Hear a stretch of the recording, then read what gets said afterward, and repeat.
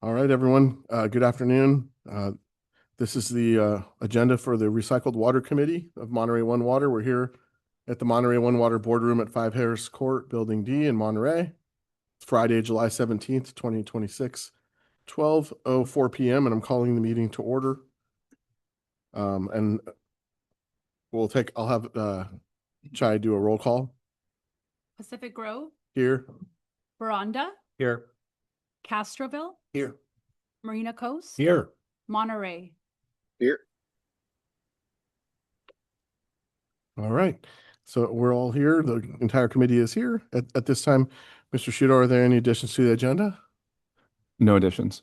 All right. So I'll entertain a motion to approve the agenda. Move approval. Second. We have a motion by Moore, second by Habino. We'll take a roll call vote. Tyler's online. And before we take the vote, let's have Tyler explain his Zoom appearance. Yeah, I'm on city business and I forgot where I'm at. Redondo Beach. So here for Cal City's board meeting. All right. Okay, great. And so I'm going to take a roll call on all items. Pacific Grove, Yes. Veranda, Yes. Castroville, Yes. Marina Coast, Yes. Monterey. Yes. Excellent. Okay, we'll go forward on this agenda as stated today. And now at this time, we'll entertain public comments in chambers and online on matters not appearing on the agenda. If you do wish to speak on the Coral Street Pump Station item, I will have you speak at the appropriate time on item 6B, but anything else not on the agenda, please come forward or raise your hand online at this time.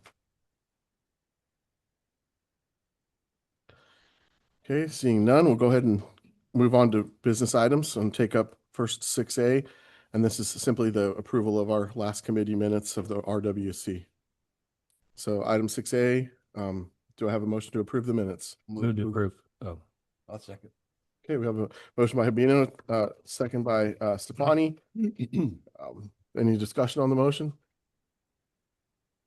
I normally don't, but I'm going to take a roll call vote on that. Pacific Grove, Yes. Veranda, Yes. Castroville, Yes. Marina Coast, Since I unfortunately missed that meeting, I will abstain. Monterey. Yes. All right, and that brings us to item 6B, which I believe is the reason for most of the attendance. This is the recommendation of certification of the final initial study / mitigated negative declaration for the Coral Street Pump Station electrical relocation project. It's item 6B.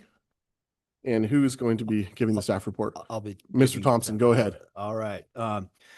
Good afternoon, committee members. I'm your Director of Engineering, Matt Thompson.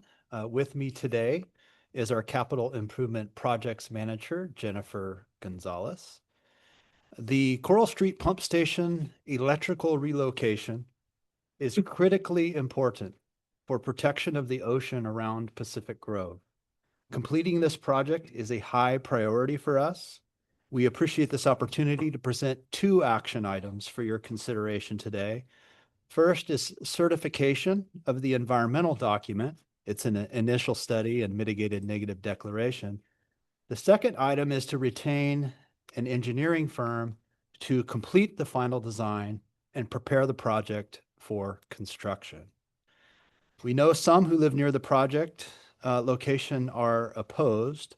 So before we give our full recommendation, I'm going to take some time to present why we are doing this project, some of the background as it is helpful to understand why we are proposing to locate the electrical system at Pacific Grove's Municipal Golf Course, and explain how we are being responsive to those who commented with concerns about the golf course site.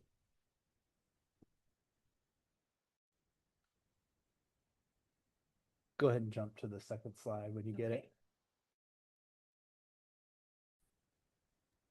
For whatever it's worth, the slide. Oh, okay. Never mind. I think it's coming up.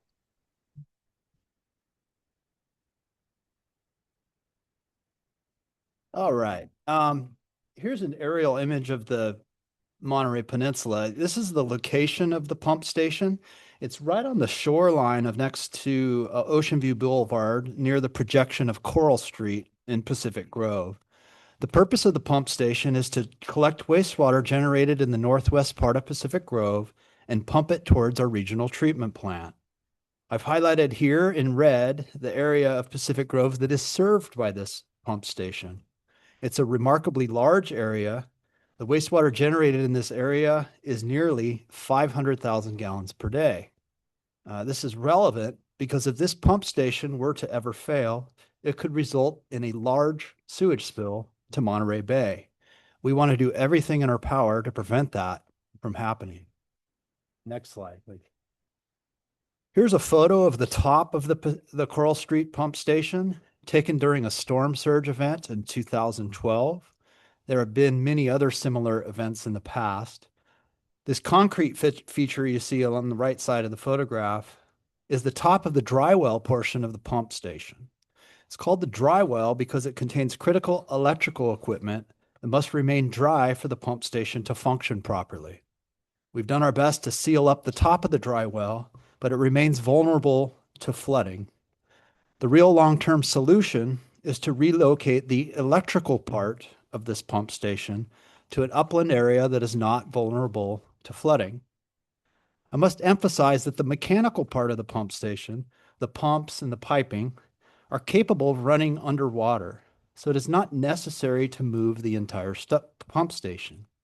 We only need to move the electrical part of the pump station. Next slide, please. This electrical relocation project was conceived around 2010. At that time, the city had a need to connect a portion of its stormwater system into the Monterey One water wastewater system. Normally, Monterey One water requires payment of connection fees for capacity taken in the wastewater system. City of Pacific Grove had offered Monterey One Water some of its land for relocation of the electrical system in lieu of paying those connection fees. Here's a view of the area around the Coral Street pump station. I've highlighted the city-owned locations we've explored with the city as candidate sites for the electrical system. Esplanade Park is closest to the Coral Street pump station, and from a purely engineering perspective would be a good site. But there has been strong community opposition to that location, likely due to its visibility, the prevalence of protected cypress trees in that particular area, and known cultural resources in Esplanade Park. We also looked at the parking area northwest of the pump station, but there are also a lot of known archaeological resources there that would be impacted. The next closest location is the golf course. That is the site the city expressed as their preferred location in March 2024. Some of those who commented on the environmental document asked about the city corporation yard, sometimes called the water recycling facility or the city's former wastewater treatment plant site. That's shown here on the left side of this exhibit. In response to those comments, we prepared additional feasibility study for that location. That location is roughly twice the distance from the pump station as the golf course site and would cost approximately 50% more to build. Construction would also require major disturbance to a long segment of Ocean View Boulevard, which would have a very high impact on the community. For these reasons, we have eliminated the corporation yard site from further consideration. Here's some more important background on this project. In 2012, Monterey One Water had identified Esplanade Park as its preferred location. We hosted a town hall meeting with city staff in Pacific Grove, and there was strong opposition to locating the electrical system at Esplanade Park due to its natural park setting and for some of the other reasons I've mentioned. Some threatened to litigate. Jumping ahead to 2019, the city held a public process for adoption of its shoreline management plan. One of the strategies identified in that plan was to relocate the pump station electrical system to Esplanade Park. The majority of commenters supported, in concept, relocating the electrical system, but the overwhelming majority of commenters specifically requested it not be located at Esplanade Park. Moving ahead to 2023, the project remains a priority for our agency, so we applied for and received some community project funding through Congressman Panetta's office. We have been using that funding to prepare a basis of design report, that's an engineering document, and an initial study of the environmental impacts. The basis of design report is an engineering document that evaluates many of the alternatives I've described earlier. Since we are limited to city offered locations, we provided that document to city staff in March 2024, who in turn requested the city council's direction on where to locate the electrical system. In March 2024, city staff directed us to locate the electrical system at the northeast corner of the golf course. With direction of the city, we had our environmental consultant prepare an initial study of the environmental impacts of the golf course location. They determined the project would not result in any significant environmental impacts, so they prepared a mitigated negative declaration. We then circulated that document for public comment in October 2025. We received 23 comment letters, primarily from those who live near the golf course site. I'll elaborate on their comments and how we have responded. Also in late 2025, the Federal Emergency Management Agency, commonly called FEMA, awarded Monterey One Water a $4 million grant for completion of the project. These grant funding agencies expect these grant funds to be spent in a timely manner.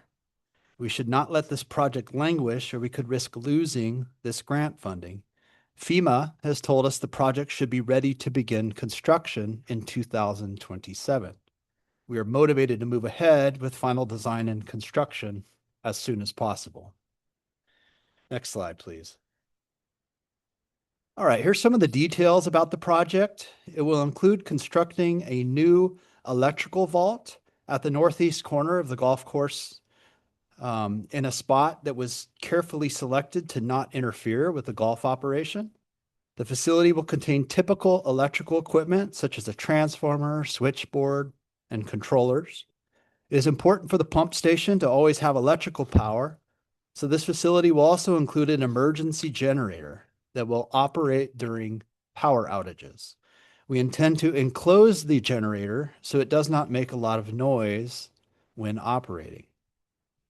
The project also includes installing an underground electrical duct bank to the pump station. That's the line shown here in yellow on the exhibit on the right, running most of the length of Coral Street. After we complete this new electrical system, we will remove the old electrical equipment from the existing location and then protect the remaining mechanical equipment. All right, again, we received 23 comment letters on the initial study and mitigated negative declaration, primarily from those who live near the golf course. We collaborated with our environmental consultant to prepare a full response to every comment letter, and those responses are part of the document that we are asking you to certify this month. We've done our best to be responsive to the commenters by refining the project design to mitigate their concerns. These are the categories of comments we received with our corresponding general response. For the visual impacts, we are proposing a subterranean design to reduce the visibility of the electrical building. I'll show you images of that in my next slides. For the concerns about noise and vibration, the only aspect of the electrical system that will make noise or vibrate is the emergency generator when it is operating during a power outage. We intend to enclose the generator inside the vault to minimize noise. We're also considering changing the design so the generator runs on natural gas instead of diesel. Natural gas fueled generators are generally quieter and cleaner than diesel generators. For the concerns about light pollution, we will design the project to minimize exterior lighting and ensure the lighting is properly shrouded to prevent light pollution. It is likely that only one exterior light will be necessary at the main door to the station, and it can be turned on only when needed. For traffic concerns, we will utilize remote telemetry systems to remotely monitor the pump stations, which helps to minimize the need for staff to visit the facility. There will be temporary interruptions in normal traffic flow in that area during construction, but we will require our contractor to plan the work so that people can safely pass through the construction zone. Next slide, please. All right, so getting back to the visual impacts, here is the existing view of the golf course site from Crest Avenue to give you an idea of what it looks like today. Next slide, please. And here is what the site would look like with the new subterranean alternative design. We've looked into the subsurface conditions at this site, and it should be feasible to place all of the electrical system in a buried concrete vault. We envision carefully grading the surface and adding vegetation surrounding the vault so it blends in seamlessly with the surrounding golf course. We presented this and other alternatives to the Pacific Grove City Council at a special study session on April 15th. The consensus of those we've heard from since then is this partial subterranean design is the preferred alternative. We recently had additional meetings with city staff and some of the council members. They've given us good input on how we can further refine this design to reduce visibility. We intend to carry forward that input into the final design, which is the next agenda item we're going to ask you to approve. All right. We're now at a point in this project where we need to certify the initial study and mitigated negative declaration and move ahead with final design. We want to continue making progress towards completion and meet the expectations of the grant funding agencies. We believe we've been very responsive to concerns raised by commenters and have refined the project to mitigate their concerns. We're recommending two major action items today. First is to certify the initial study and mitigated negative declaration, which is attached to the written staff report. Second is to retain the engineering firm TJC and Associates to complete the final design and prepare the project for bidding and construction. Assuming you and the board approve these actions this month, we will then have about 13 months of design and permitting work before the project is ready to advertise for construction bids. We have a goal to begin construction in October 2027. So one more note about public process. Assuming you move ahead with final design, we'll then be able to flesh out this design enough that we can apply to the City of Pacific Grove Planning Commission for their review of essentially a use permit to build this. So there will be some additional public process at the City of Pacific Grove, assuming you move forward with this project at this time. With that, I'd be glad to answer any questions. Jen is going to help me with some of the details as she's managing this project for our agency. After your questions, I recommend you open up the floor for public comments. We obviously have several people here today that I'm sure would like to comment on this project. Thank you for your time. Okay, so I just want to clarify. And for public also, yeah, you are not approving anything today. You are recommending it to the board for July 27th for full consideration.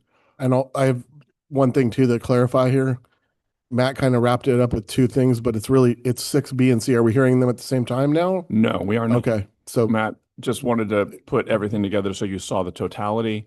This Okay. item itself is just to recommend to the board of director to certify the. well, I understand that, but I'm trying that for the Okay. audience because you said two. Yeah. Okay, so the recommendation is that we recommend certification of the MND to the greater board, and then in 6C we're going to take up the professional services contract. Correct. So this is going to be the heavy. This is 6B is the real meaty one with the environmental study. Correct. Yes. Okay. We're going to go out to the public now. I'll take members in the chambers first, and then we'll take members online second. So any members in the public, please come on forward if you're going to speak. Thank you for your participation. I'm Lila Selden, and our home is on the corner of Coral and Balboa. It is one of 35 homes that are within 100 feet of the Coral Street project. Along with hundreds of our neighbors, we oppose the Coral Street project. It puts us at risk, significantly reduces our property values, and with many negative environmental impacts. We don't want you to lose the FEMA grant. However, we don't think that this should be a rush project based on the grant fund expirations. It appears you rushed in choosing the Coral Street project. The independent study misrepresented and omitted information. For example, where are the potential effects to emergency services, fire protection, ambulance response times that many of us seniors rely on? The IS does not state the environmental impact of living next to and breathing in the granite dust and particles from the very deep trench, the length of 5 blocks on Coral Street for 24 months. Also, damage to our home's foundation is at risk. The 2-year construction plan exposes us to construction noise, exhaust emissions from vehicles, and increased traffic congestion. When the project is built, we'll be impacted by the weekly scheduled work maintenance, their vehicles, and the gas generators' odor and noise. There is no environmental impact report. Monterey 1 clearly needs to have an EIR report completed to identify an environmentally superior alternative site to the Coral Street project. The significant, risky, and negative environmental impacts of the Coral Street project affects hundreds of our neighbors and residents. This alone suggests that other sites and locations need to be considered. A viable and more sustainable location is at the former wastewater treatment facility. This location impacts less residents. Also, the ocean breeze along Ocean View Boulevard will mediate pollutants from the 2-year construction, and it's more sustainable when the whole sewer system may have to be moved. The EIR study needs to look at the Coral Street project, which affects our wildlife corridor, which is zoned for open space for protected species and their sensitive habitat. The city has an ordinance banning this type of project in this location. The city has not said yet how they plan to change this. We moved to our home because it's family friendly and a safe and healthy environment. We don't anticipate this dramatic and possible negative change to myself and my 5 grandchildren. Thank you. Thank you. At this time, I'm going to recognize Mayor Williamson. He has had his hand up for a while, and I'm not sure why. I apologize. I'll put it down. I had put it up before because I thought we were going to do questions, but I'll let the public comments go first, and then I'll join in discussion with the rest of the committee afterwards. Okay, thank you very much. Anyone else in chambers, please line up, queue up if you're going to speak.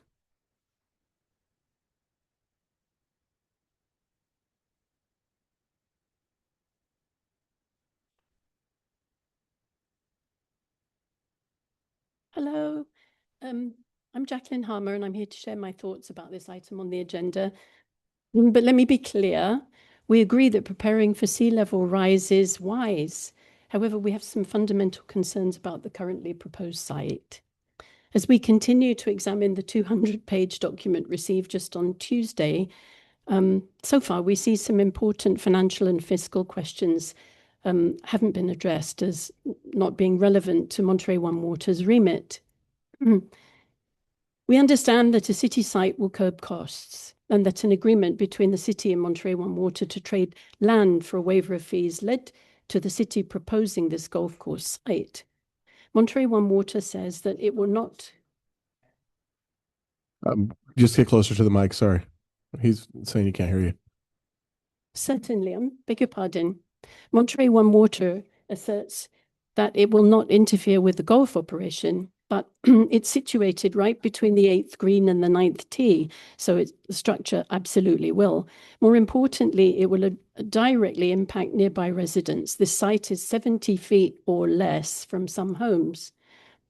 At a spring PG City Council meeting, Mr. Ciuto said he would entertain other golf course sites. This hasn't been pursued by Monterey One Water yet, but we wonder what such options might look like. Page 1 of the staff report says the initial study identified significant impacts at this location, as well as mitigation measures. However, the mitigations remain mostly hypothetical for now. Digital drawings and proposals to put the structure underground. You'll understand that residents are kind of distressed about the proximity of the structure and attendant nuisances, as well as the construction itself. The site is granite, so does undergrounding mean blasting?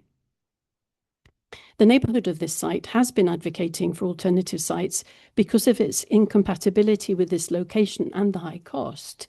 15 years ago, Esplanade was the agreed preferred site. We understand it was actually abandoned because of litigation threats back then. The shoreline management plan document's a little ambiguous about the objections to this site. Before proceeding now, we urge the Monterey One Water and the city to revisit this option. It's half the cost, technically optimal, and the least expensive option. The 1 million FEMA grant's terrific, though we thought it was 4 million, but it still leaves a fiscal question mark. Where will the remaining money come from? We urge the committee to pause recommendation and advise Monterey One Water to explore all the alternatives fully to address the fiscal gap and communicate meaningfully with the impacted neighborhood and stakeholders. Thank you for listening to me today. Thank you. Anyone else in chambers? All right. Hi, my name is Debbie Rappa. I live right across the street, as everybody has heard. And I have over 230 names and counting, not just neighbors, on this petition. They want you to revisit it. They have concerns. And as far as talking with the golfers, there are really a lot of bad golfers out there. They miss the green completely and they use the site that you want to put the house on. All right? Put the electrical on. They tee off from there and get it back on the green. So they're upset. And these people that I've talked with, the golfers, Oregon, San Jose, Merced, Florida, they either have second homes here and they all come here and they say, no, no, what? It's easier to have it near a tee where they don't have to concentrate. But when they're in a putting green, they use all their brain cells. Even if they miss, they're using their brain cells. So my comment is, subterranean's a good idea, but as soon as you start drilling, you're going to hit granite and it's going to stop and you're going to have to put the giant 1 or 2 story structure there. My deal is I'm there. I watch. I see who can't make it. I see all the guys, working. There's a fairway that's completely open and no golfers hit one single ball in that middle. It's by the first tee. It's in the middle. It's got the biggest cypress tree ever right there, a few feet away from the roots. And all there is right there is a pile of chips that the golf course has dumped. And all the guys do is mow. It doesn't interfere with any of the homes. It doesn't interfere with the golfers' play. And I would use that as a consideration. Yeah, it's a little further, but instead of putting a giant structure, if you cannot go under, because you're going to have to do it. I get it. I understand we need it desperately, but I don't think you would want a building in front of your front door.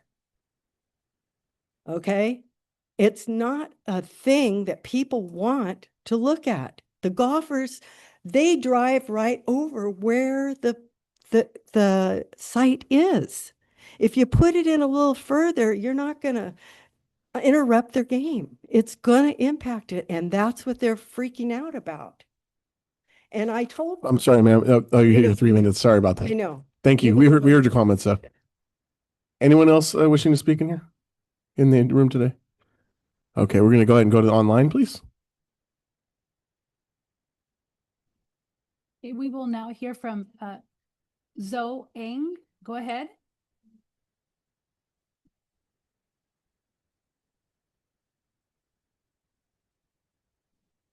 Is it Zoe Eng?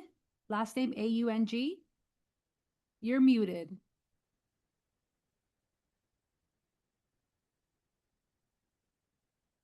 Oh, thank you. Can you hear me now? Yes. Thank you. My name is So Ao. I live about 4 houses down from the location, proposed location, but I never receive any notification. It's really upsetting. I don't know why this second time around we didn't get enough notification on the original site. There were a lot of notifications, I understand, but this time the notification was seriously lacking. About the new proposed location, I think you're going to have a problem with underground water. Just 2 houses down, 1 house away from this proposed site. There's a house with a sump pump going even today. Just go out and check it out. You see water spitting out every 6 minutes. Every 6 minutes. I timed it a month ago. This is June, in the middle of summer. Water squirting out every 6 minutes. Okay, this is a house, just 1 house separation from the proposed site. So you're going to have a water problem, the exact problem you're trying to avoid by moving to this site. And then there's a bad PR problem for this. Just because we have the $10 million, we shouldn't spend it when we have a $5 million option. So later on, this will be a big scandal on fiscal responsibility. About the golfers, I talked to a golfer and I just asked him, where are you from? And there's a family, apparently a family, a well-dressed guy with 2 ladies, and asked him where they are from. Oh, yeah, we are from the Bay Area. And then I point out the location is, and he said, that would be the absolute worst location for it. So these are the reactions. The potential loss of revenue from out-of-town golfers staying in hotels and so on. So there's a lot of impact all around. I hugely request reconsideration of the site. Thank you.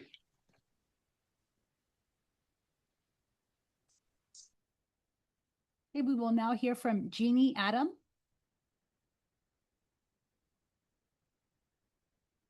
Hi, this is Jean Adam. Can you hear me? Yes. Great. My name is Jean Adam and I live on Balboa Avenue in Pacific Grove.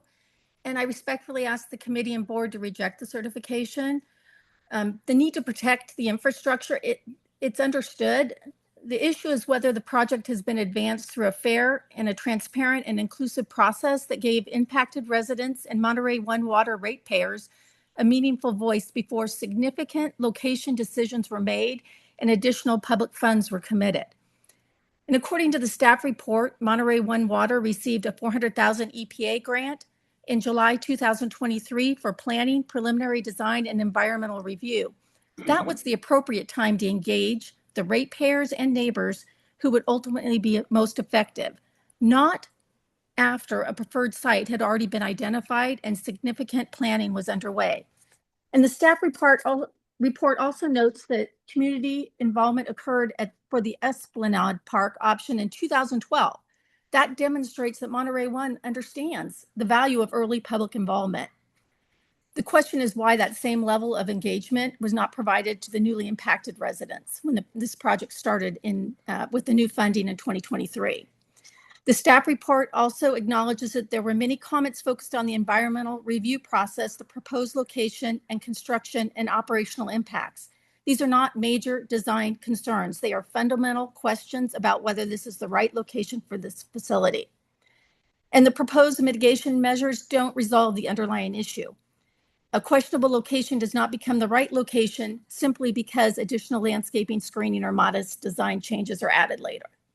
It's also premature to continue approving additional spending and on future phases when the fundamental question of site selection remains unresolved. Protecting the grant funding is important, but it should not become at the expense of the right long-term decision for the community and the ratepayers.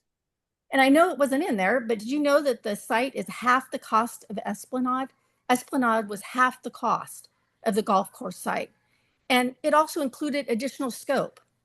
Did you know that both locations have the same issue in terms of biological and cultural resources present and are counter to existing Pacific Grove ordinances and have strong public opposition, which you're hearing? Please do not certify this document or authorize additional expenditures until the questions about location have been addressed and the voices of the residents and ratepayers most affected by this project have been generally heard. Thanks. Okay, we'll go ahead and thank you very much. We'll go ahead and close public comment on the item. Bring it back to the board for questions and discussion. Oh, I see the Denacors just put their hand up, so let's let them speak. Go ahead, Jessica and Matt. Yeah, hi. My name's Matt Denacor, and I'm a resident of Pacific Grove. First, I just wanted to say, Matt, your presentation, you mentioned that like 24 comment letters were received. And the reason for that is because there wasn't public meetings about this. Nobody knew about it like they did for the Esplanade site. I'm asking this committee not to accept the staff report recommending adoption of the initial study mitigated negative declaration for the Coral Street project. I believe the ISMND is flawed because it relies on incomplete and in some cases misleading information. The proposed mitigation measures are not clearly defined and appear contradictory, making it difficult to determine whether the project's impacts can actually be mitigated. I'm also concerned about the process that led to this site selection. This project was not presented to the public in a transparent manner and effectively overturns a previous location decision involving Esplanade Park, which received overwhelming 81% public support during the shoreline management plan process. In addition, Pacific Grove voters approved an ordinance in 1996 that excludes projects of this type from designated open space areas, including the golf course. The proposed facility does not appear to meet the ordinance's standards for a use permit, requiring such uses to be pertinent and compatible with the surrounding area. Any approval of a use permit under these circumstances will face a legal challenge. Finally, this committee should carefully consider the much higher cost, almost double, associated with this site. While a FEMA grant of up to $4 million has been discussed, only $1 million of that funding is currently guaranteed. Total construction at Esplanade would be mostly covered by grants. There are simply too many unanswered questions about the adequacy of this ISMND. I respectfully urge the committee to reject the staff recommendation and require a more complete and transparent review before moving forward. Thank you. Thank you. Is there another hand now? There is. Okay. We will now hear from phone number or 062424. Go ahead.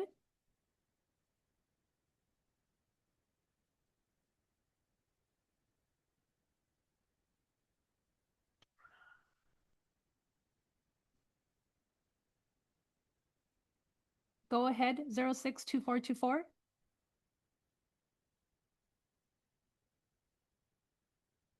All right. It looks like they're having a technical problem, so apologize. We're going to have to close public comment at this time. We're going to bring it back to the board for questions and discussion. And I'm going to just lead off here. I see Mayor Williamson has his hand up, but so I've been around and in and around the initial project, the Esplanade. Obviously saw the fierce opposition to that on environmental grounds, not just cost grounds, on kind of the appearance of Esplanade Park and various other reasons relating to that site.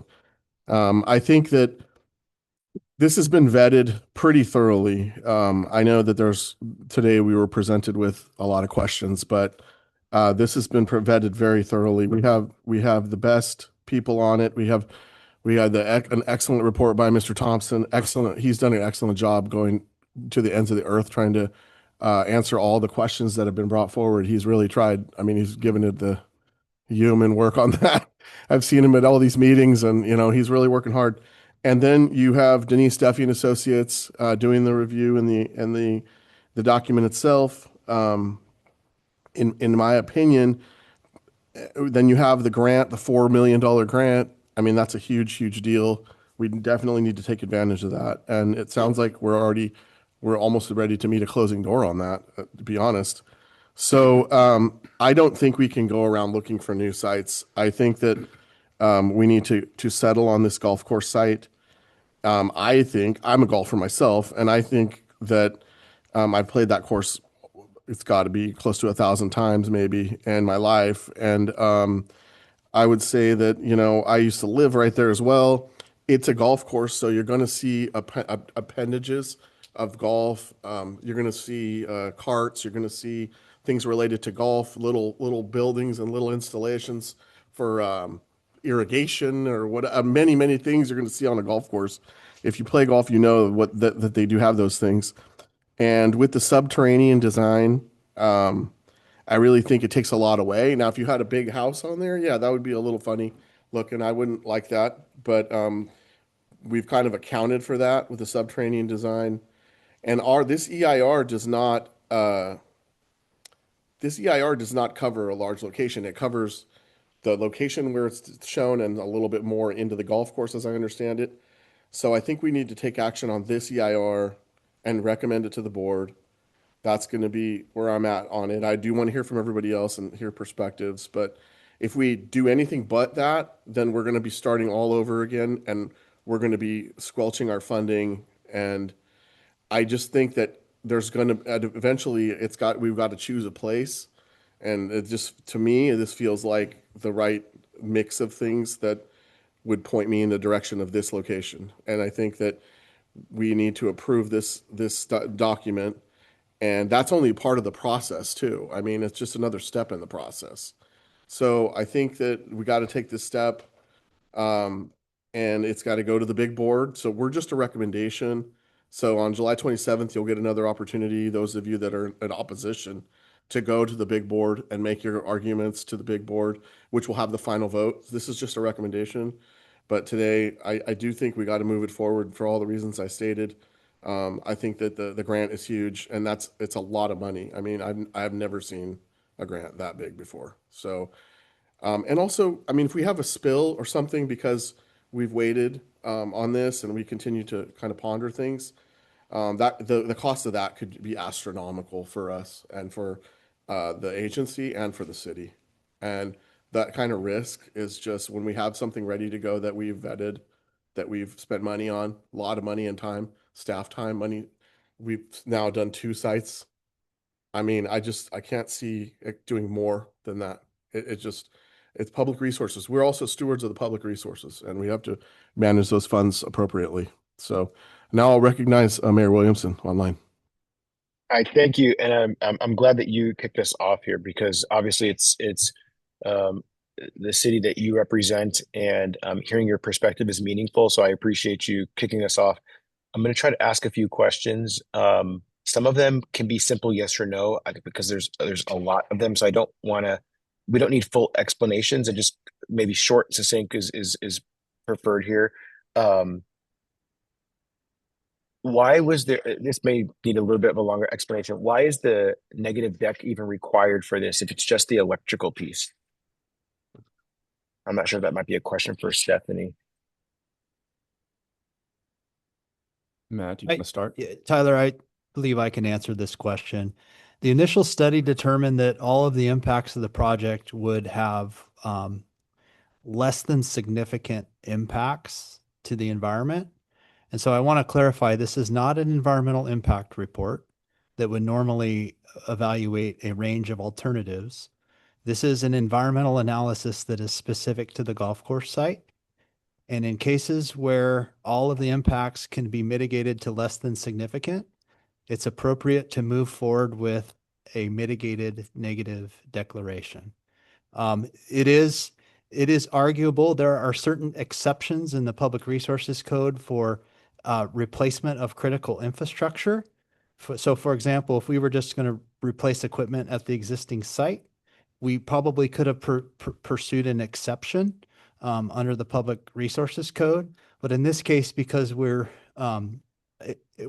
proposing to build an electrical facility in a different location, we decided to likely go above and beyond what the Public Resources Code required and do a more robust environmental analysis.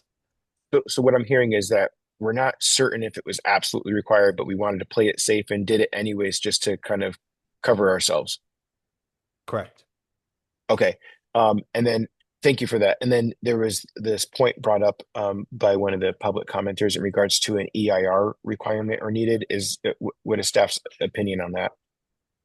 My previous answer would apply because during the initial study, when they determined that all the impacts could be reduced to less than significant, it's appropriate to move forward with a mitigated negative declaration instead of an environmental impact report. We do have Tyler Potter here from Denise Duffy and Associates, who's steeped in this type of information if you need further details. Okay. And then there was concern around or maybe potential. Actually, I didn't hear public comment on it, but staff, you spoke to it in the presentation as it relates to the sound. Do we have like an anticipated level of decibels that we expect for the generator? Yeah, we did look at the decibel levels of, for example, a diesel generator versus a natural gas generator. And if these generators were mounted on a pad out in the open, a diesel generator would, you'd hear it at about 85 decibels. And a natural gas generator, you would hear it at about 75 decibels. However, in our case, we intend to enclose this generator inside an underground vault, which will mitigate that sound level to much less than those levels. Okay. Okay. We don't have a decibel estimate for that. No, we do not. Okay. It would likely Okay. be somewhere on the order of a vehicle passing by. You know, it'd be Okay. similar level of noise. Well, I think there's an argument to be made as it relates to it only being used when there's a power outage and in order to maintain infrastructure. So I think there's reason for it. I just kind of wanted to better understand. Um, this may be a simple yes or no to kind of move this one quickly. There was concerns raised about granite impacting the subterranean. I know that in the negative deck, it was related to the Pacific River Water Recycling Plant site, but I just kind of wanted to clarify, is that an issue at all? Do we know for the site that's been identified? We have conducted soil borings in the location of the proposed electrical vault, and we know that bedrock is 10 feet below the ground surface. So we believe with just standard digging procedures that we can get it mostly subsurface. We don't believe any kind of blasting or that kind of excavating activity will be necessary. Okay, and there seemed to be also no significant impact in the report regarding groundwater, but there was a public comment related to that. So I just kind of wanted to check in again there. We do know that there is shallow perched groundwater that sits on top of this bedrock that I just mentioned. And so we do intend to design this project to mitigate for subsurface water. This will be a watertight vault with a subdrain and a sump that will enable us to remove any nuisance underground water. In fact, we're actually contemplating using that water to irrigate the vegetation the landscaping that we tend to put around this to further screen it from view. Interesting. Okay, awesome. And then there was a concern around a neighbor not getting notice. Was the proper notice sent to the appropriate households? Yes, we met all of the notification requirements. We sent the notice of availability of the environmental documents to all known parcels within 300 feet of the project area. Okay, and then also wanted to. Oh, go ahead, please. To that, Tyler, I will certainly have us follow up on why Mr. Ong did not receive it. Okay, because we awesome. did Thank you for canvass the neighborhood. Okay, okay. Thank you for it. I also wanted to clarify that we received $1 million, but there's an opportunity for us to receive an additional $3 million to do this project. Am I understanding that correctly? That is correct, yes. And then what is the likelihood that we get the $3 million? According to my conversations with the folks at California Office of Emergency Services that are implementing this grant for FEMA, they have given us $1 million to proceed with design, and they have informed us that if we could get the project ready for construction, the additional $3 million would be applied to the construction activity.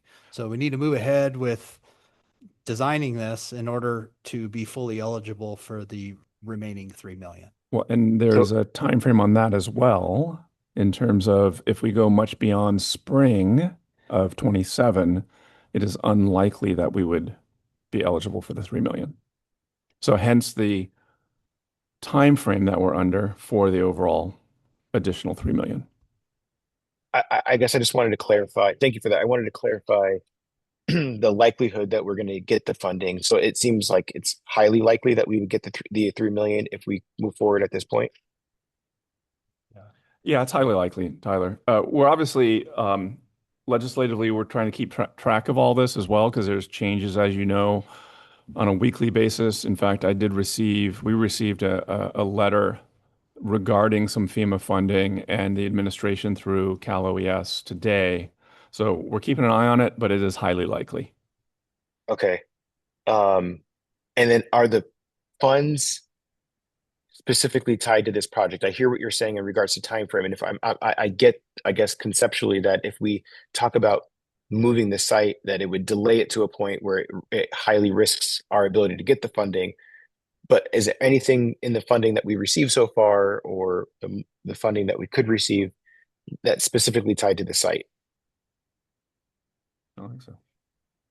The funding is not tied to a particular site. It is tied to a particular solution, which is to relocate the electrical system. Okay. However, if we were to move to an alternative location, we would have to redo the environmental analysis, the initial study and mitigated negative declaration for whatever that site may be, which could take us off the schedule and potentially render us ineligible for the additional $3 million for Nope, construction funding. Yep, totally tracking that. Kind of last topic here for questions, and I'll kind of close with some comments. Whose pump station is this? It's owned and operated by Monterey One Water. So what is the relationship with the city of Pacific Grove as it relates to the pump station? It's actually a very interesting history. The pump station was actually formerly a City of Pacific Grove pump station, but we took it over in the 1980s when it became a regional system. So we've owned and operated it since. The reason that this electrical project is located on city-owned property is because of this exchange that was brokered. The city has offered Monterey One Water the land for the location of this electrical system in exchange for not having to pay the connection fees for connecting their stormwater system into the Monterey One Water wastewater system. I feel like there's a lot to unpack there, but I'm trying to maybe stay focused on the topic. So if there's any expense beyond the grant funding that we receive, then that's M1W that's on the hook, not Pacific Grove. So there's no liability or responsibility for PG. It's all on M1W. Correct. Of course, any expenditure on any capital project is shared by all of our ratepayers. So 100%.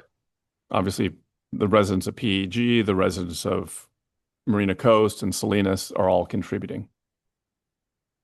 Okay. So the only reason why this was agendized with PG Council was for the city of PG to determine the site. Correct. Okay. Just to kind of close out with some comments. Thank you, staff, for engaging and entertaining those questions. I hear the concerns, and I appreciate the residents that are coming out to express their concerns, which is why I asked a lot of those questions. One of the comments was concern around impact to private properties foundation. I imagine that could happen with any public project, and would imagine that that property owner would have the right to litigate that as such. And I could go down through a couple of different things that were made in the comments, but I unfortunately didn't find them compelling enough to not move forward. And to Nick's point, I'm concerned around this broader topic around sea level rise. And if we delay action on this body, and there is a failure of the system because we delayed the move, we have one of the largest El Ninos in probably a lot of our lives coming up here. And what is the impact going to be even before we maybe are able to move the electrical system? So we might see some direct results of that sooner than we think. And so I think it's prudent of us to move swiftly. I'm also concerned about our agency getting tied up in a debate around location, which that decision seems to be have left with the city of Pacific Grove. And I feel like that's the place for the debate as it relates to the location. So I don't want to get involved in the politics of the city of Pacific Grove. I think we have a job to do to manage the wastewater treatment, the wastewater in our region. And so for those reasons, I'm saying this all now. I promise to be a little bit less talky in the next item, but just kind of wanted to get that out there and thank staff for the efforts and due diligence in helping to push this project forward. Thank you very much. Any other members of the board wishing to comment? Dr. Moore? Yes, thank you very much. Chair Smith. So some questions. What, roughly speaking, is the elevation of this site above sea level? Golf course site? Yeah, Yes, ma'am. it's on the order of about 60 feet above the mean high tide line. And the Coral Street pump station elevation is about close to zero. Five or six. Less than 15 feet above the mean high tide line.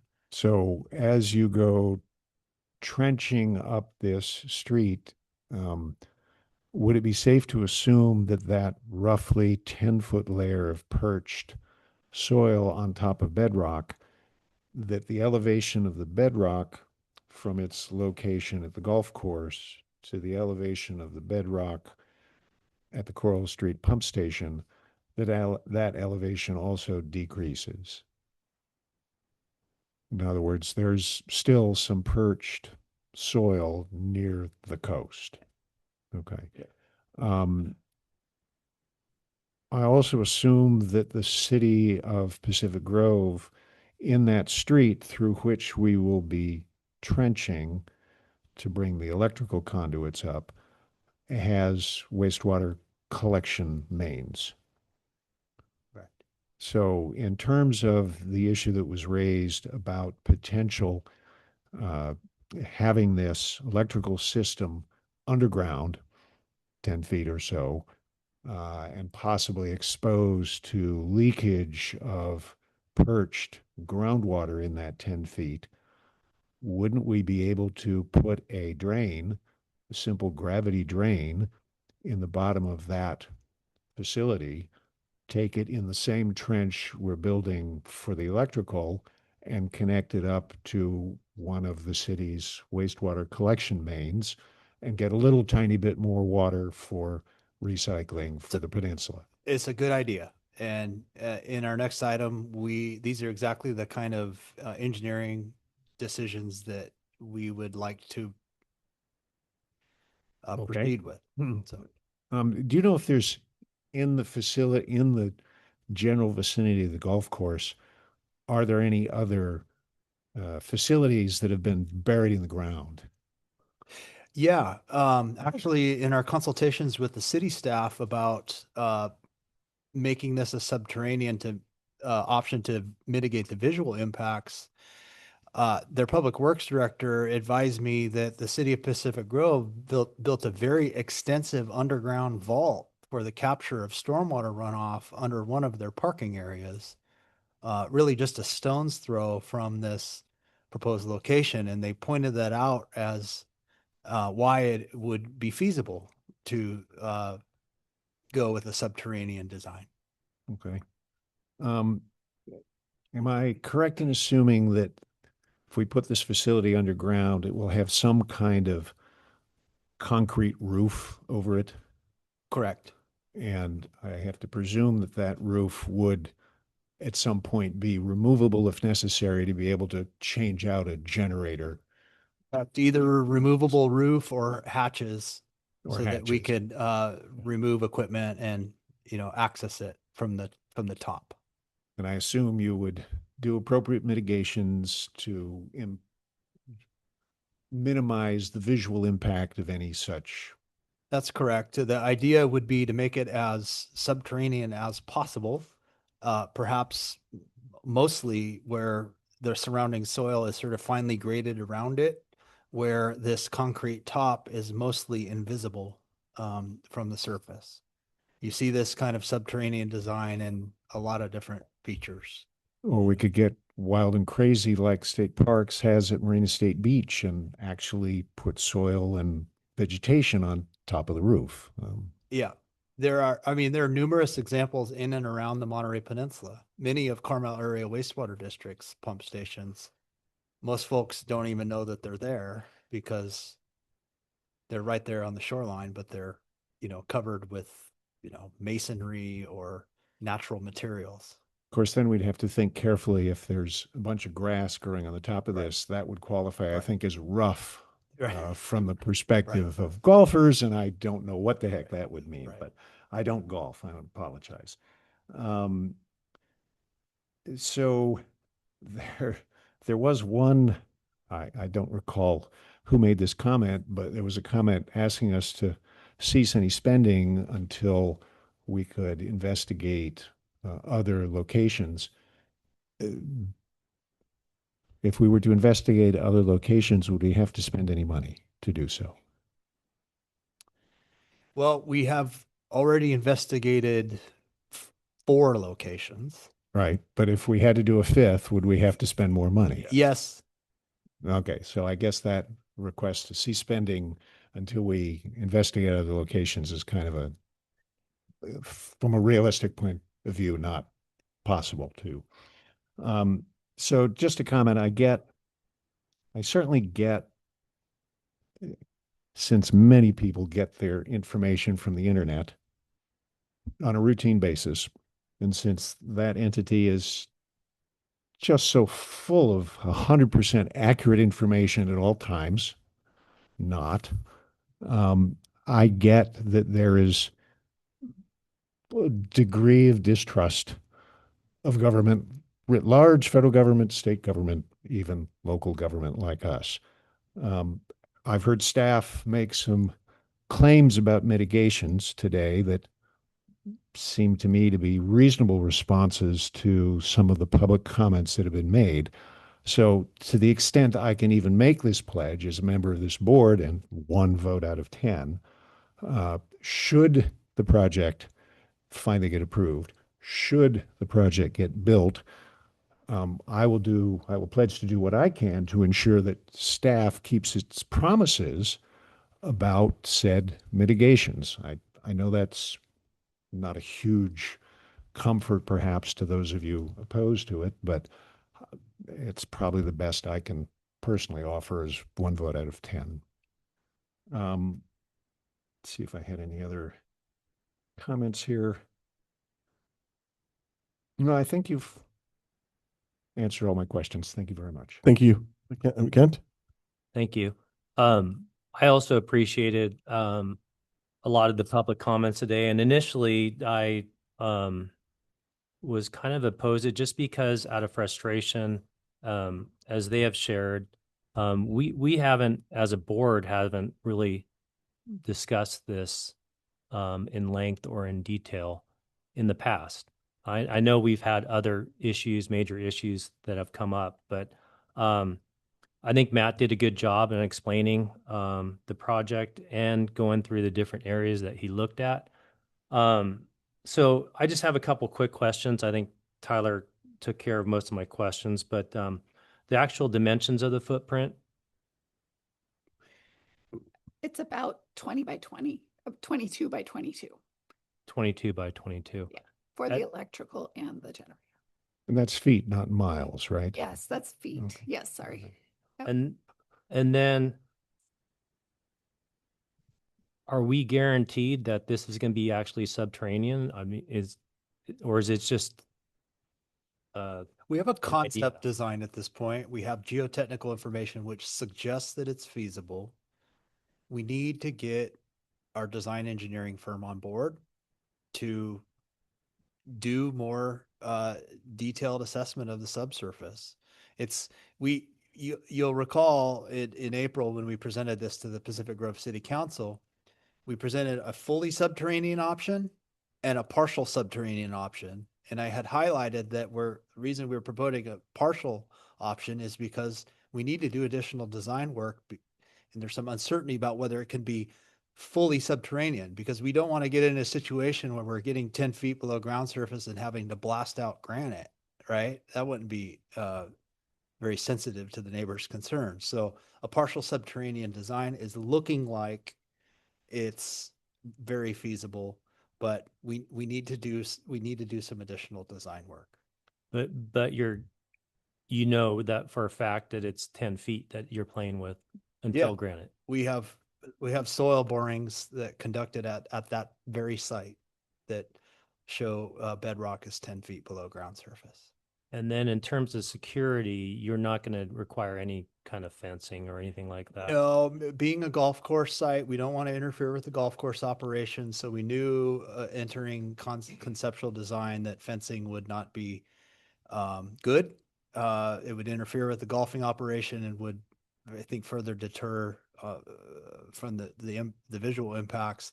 And so the subsurface, that's what led us really to the subsurface design. The building will be locked up when Monterey One Water operational staff are not present. So we are not very concerned about security issues.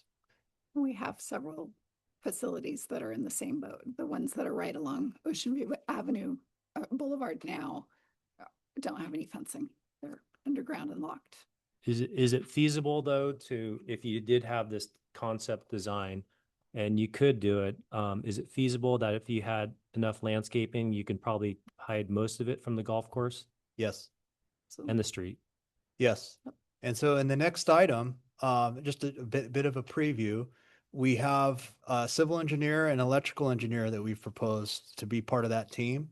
I've recently asked that we add a landscape architect to that team to really dial in the landscaping around it to maximize the screening of the facility from view from the adjacent roadways.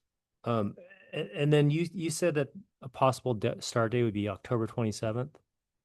That's our goal to award construction contract around October 2027. But they probably wouldn't start until the following year, probably. That's correct. You typically award a contract in October, and it's a few months before the contractor actually mobilizes to start the physical work. Okay, because I was just worried more about traffic issues, because I mean you're going into the winter months and it's just going to create a mess everywhere. Right. So we'll certainly plan the project to eliminate any sort of stormwater related messes associated with construction. Okay, that's it. Thank you, Matt. Okay. Okay, I was about to make a motion, then and turn to you, but you said. Oh, okay, go ahead. Okay, I'm going to move the recommended action. Do I have a second? Second. Thank you. Go ahead, Ron. I just have a couple of quick comments. I live in Castroville. We don't have a golf course.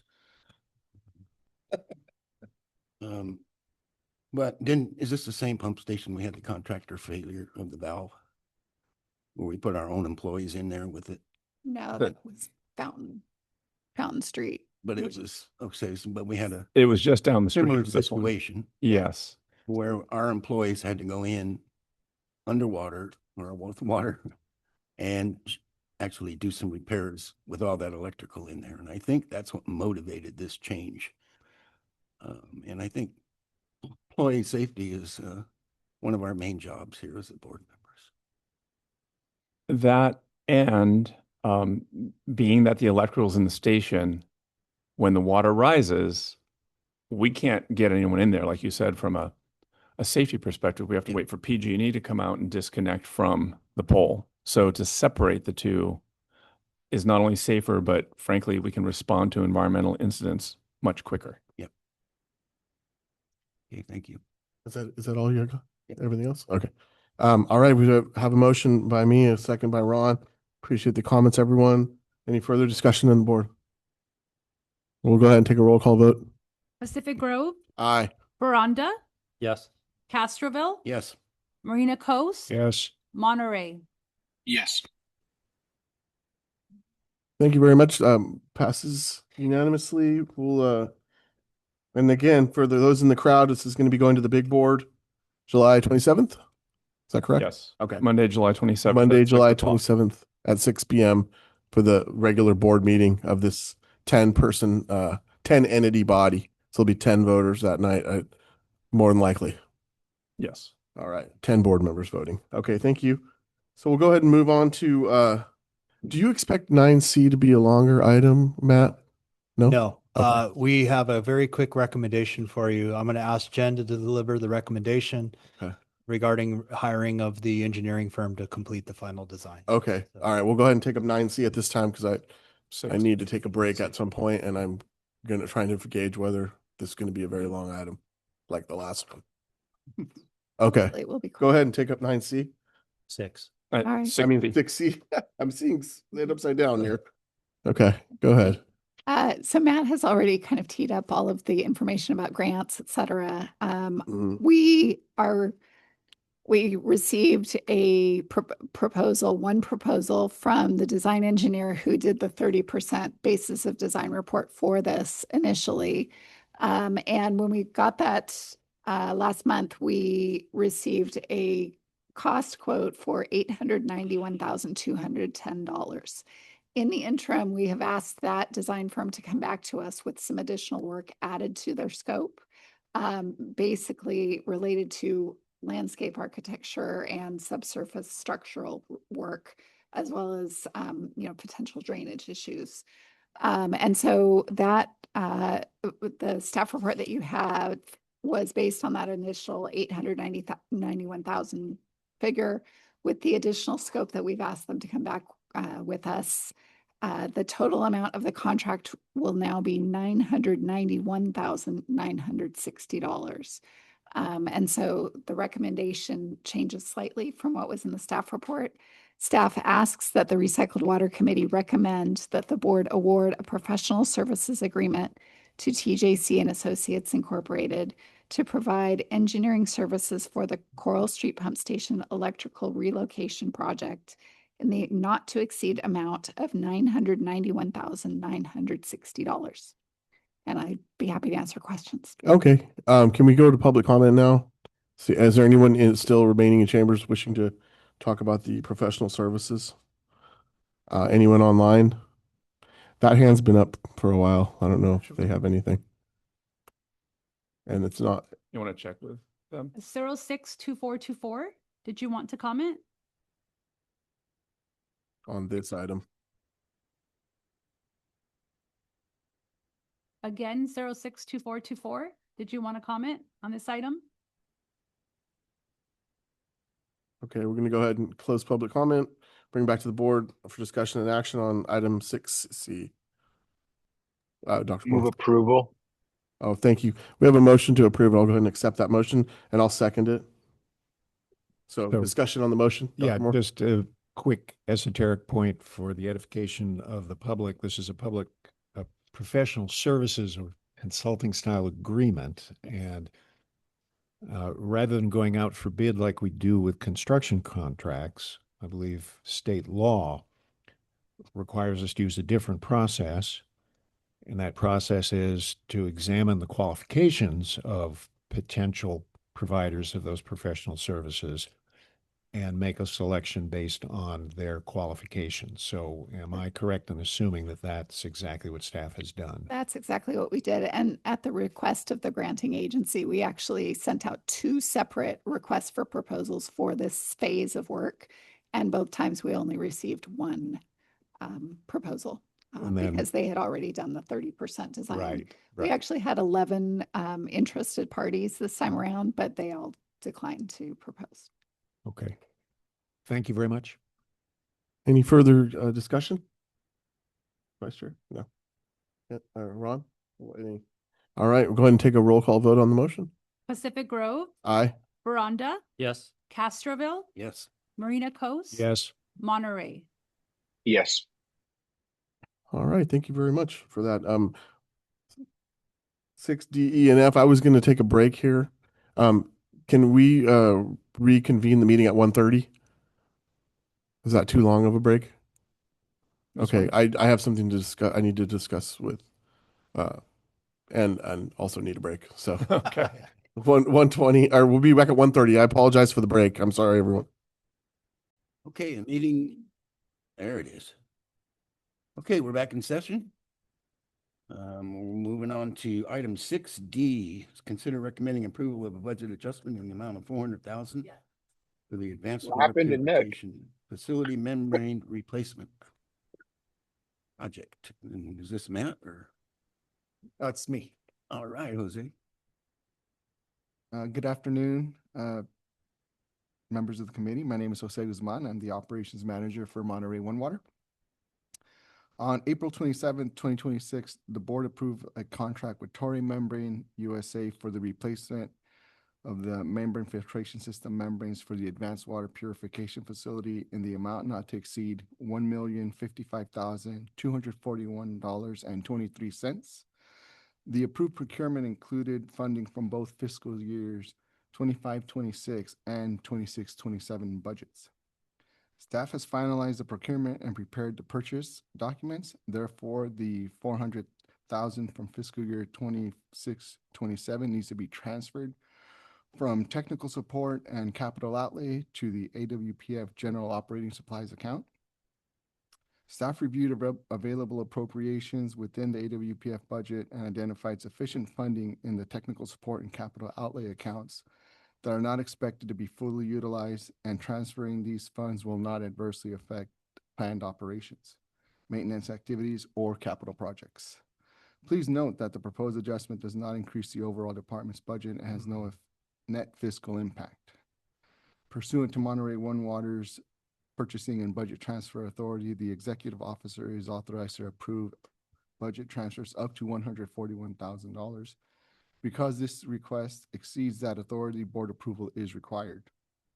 Staff requests that the Recycle Water Committee recommend that the board approve a budget adjustment transferring $220,000 from technical support and $180,000 from capital outlay to general operating supplies for the total amount of $400,000 to complete the purchase of replacement membrane filtration system membranes for the advanced water purification facility. I am able to answer any questions. Okay, thank you, Jose. Go ahead, Tom. So when did we approve the original contract? In the April 27th board meeting of 2026. So I'm just wondering why we have to do a budget transfer, why we didn't do this when we did the budget. Was this partly because this procurement process, we actually hired a consultant, so to speak, Alex Wesner and his team, which used to be with Separation Processes, Inc., that were a big part of the base project and expansion, as well, and now they're Brown and Caldwell, because of, again, trying to stay within our procurement policies and making sure we got the right membranes that weren't going to adversely impact operations at the AWPF. We worked on this for probably a year and a half, if not a little longer. So it spanned several budget years. And when we finally got the numbers in, it kind of, the money wasn't there. So it wasn't where. in that it came in, our estimate was lower than expected when we first funded the procurement. Okay, when we went out for bid to buy these, the prices came in higher than expected. Right. All right, but all of that information was incorporated in the decision back in April when we were still working on the budget. So why, and we approved it, so why are we having to do a budget transfer at this point? Did we just miss that in the budgeting process to get the funds in the right bins?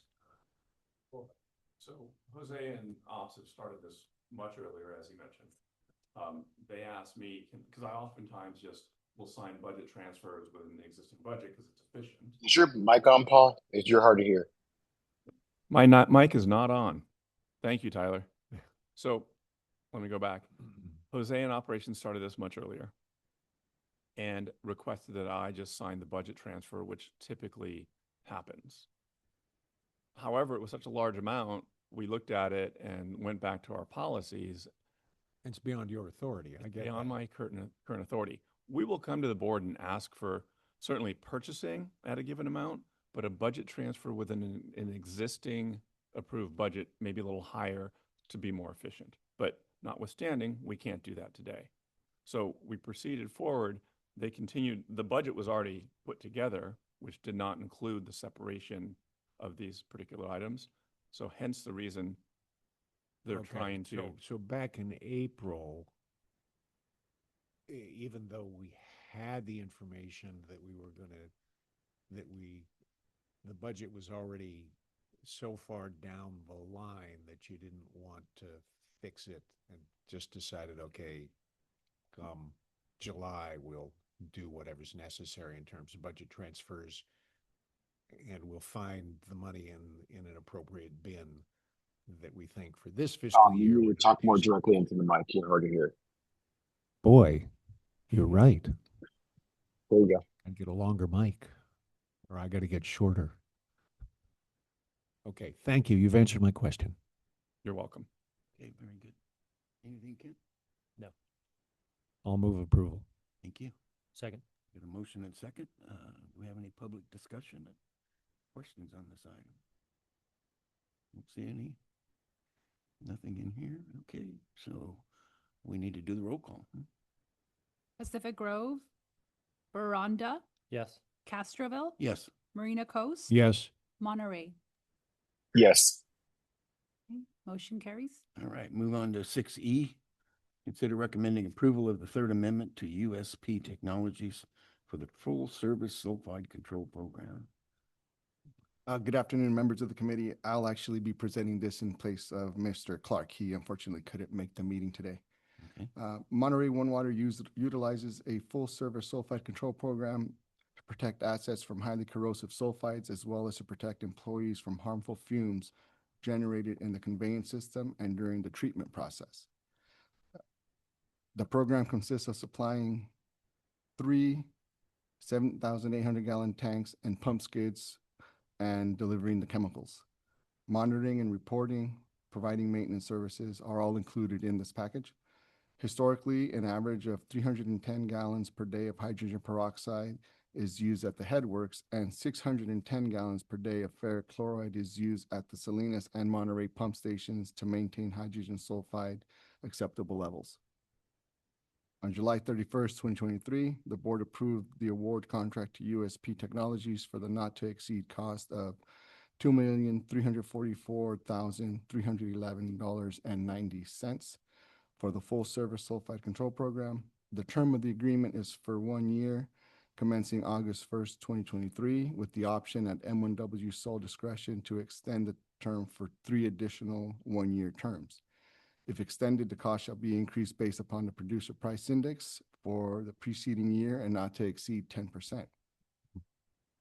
Subsequently, the board approved the first 1-year extension in July of 2024 for approximately $2.43 million at a 3.8% increase, and a second 1-year extension in July of 2025 for approximately $2.46 million and a 1.3% increase. On June 2nd, 2026, staff offered USP Technologies the option to extend the contract with a 3.8% increase based on the producer price index. Staff wishes to extend the contract for the third and final 1-year term, which will end on August 1st, 2027, totaling a not to exceed amount of $2,560,605.32. Staff requests that the Recycle Water Committee recommend that the board approve the Third Amendment for full service sulfide control program for the collection system and wastewater treatment plant with USP Technologies in the not to exceed amount of $2,560,605.32. I'd be happy to answer any questions. Okay, thank you, Jose. Go ahead, Tom. So I note that there is a range on the ferric chloride between 38 and 42%. Why is that? Why do we give them a range as opposed to an exact percentage like we do with hydrogen peroxide? It's not uncommon with some of the chemicals that they're allowed a certain range and still be effective. For hydrogen peroxide, I think it's a little easier to hit their target. With the ferric chloride, they use iron ore, so the quality can change. So those are predetermined, and it wouldn't just be them per se. Several suppliers would probably have the same challenge where they can't really dial it in exactly. Do we find over time that they are chronically at the low end of the range? And does that cost us any more as opposed to if they were chronically at the high end of the range? That's a very good question. I don't know off the top of my head, but it's something we can look into and report back on. Okay. It'd be interesting to know if there are any cost consequences for us and our ratepayers, what might the magnitude of those cost consequences be, and whether or not we could tighten up that range, or if they still need a range, maybe there could be a little, in some future contract, little adjustment based on what our lab says they actually deliver. And each delivery does come with a COC, so it's not information that'll be difficult for us to gather. Okay, good. Thank you. Mm-hmm. Thank you. Go ahead, Ken. Actually, Jose, so when they base it on producer price index, have you checked open markets or in other sources? Is that the price of those two chemicals? Have they gone through the roof, or has it been pretty flat? No, I mean, these have been a 3.8% increase on chemical isn't that extraordinary. Yeah. We're going to be bringing a few chemicals here in the near future for AWPF, one of which was, I think, a 64% increase. Oh, wow. So, and I have in the past, we've done exercises where we look at like the Bay Area Chemical Consortium, where we compare what we're paying for our chemical versus what they're doing as a group. Like you would think that they'd get a break because of the order of magnitude. And we've actually, in many cases, have come in lower. So I think the bid process and knowing that they have to competitively bid helps keep those prices in check. Yeah. Very good. Thank you. You're welcome. Move approval. Second. Motion second. Any questions or comments from the public? Don't see any. All right. Take a roll call vote. Veranda, Yes. Castroville, Yes. Marina Coast. Yes. Monterey. Yes. Okay, well, item 6F, consider recommending approval of change order number 1 for outreach consulting services. Bet you this I was gotta Rachel. scoot a little closer.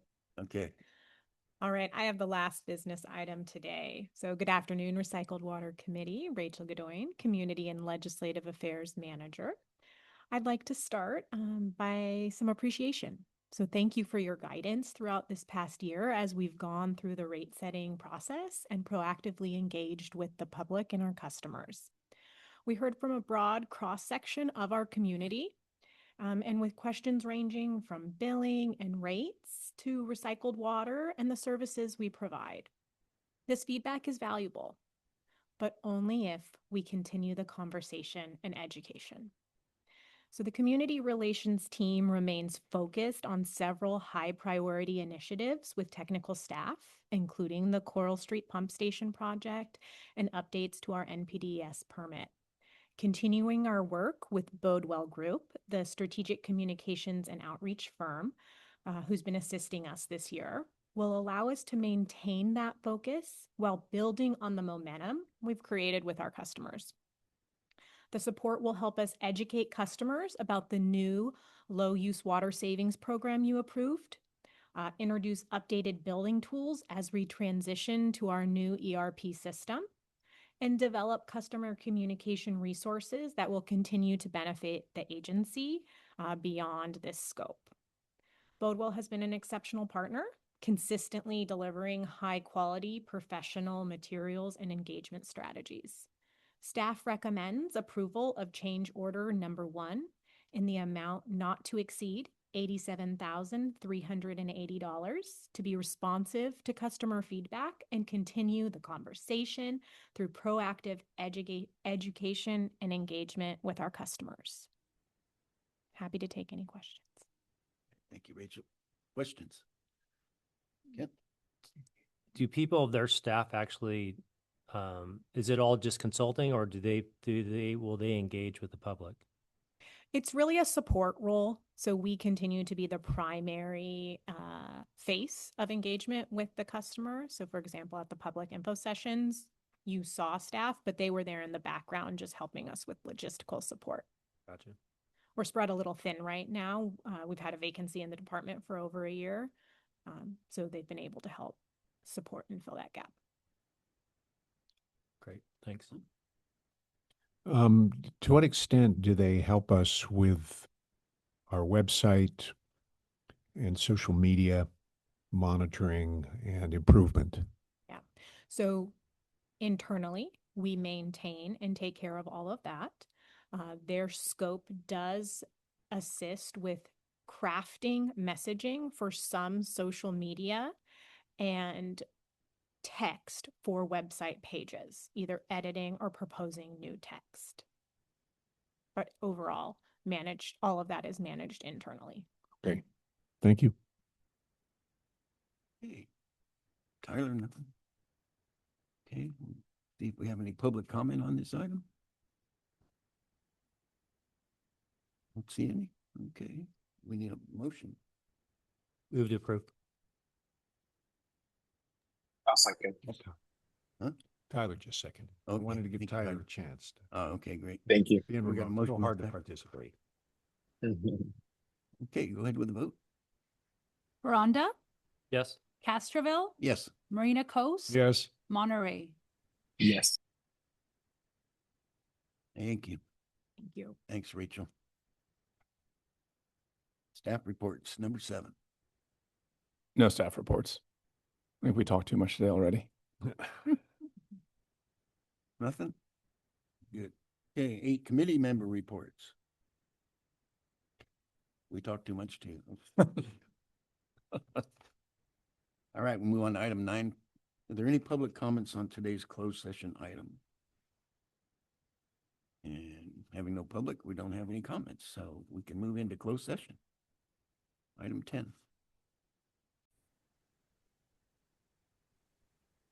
Apologies, what did you want? Can you report out closed sessions, Stephanie? Nothing, no reportable action? No formal action to report out from closed session. Thank you. Thank you. And with that, we'll go ahead and adjourn the meeting. All right. Thank you. Take care, everybody. Have a good day. All right. Enjoy.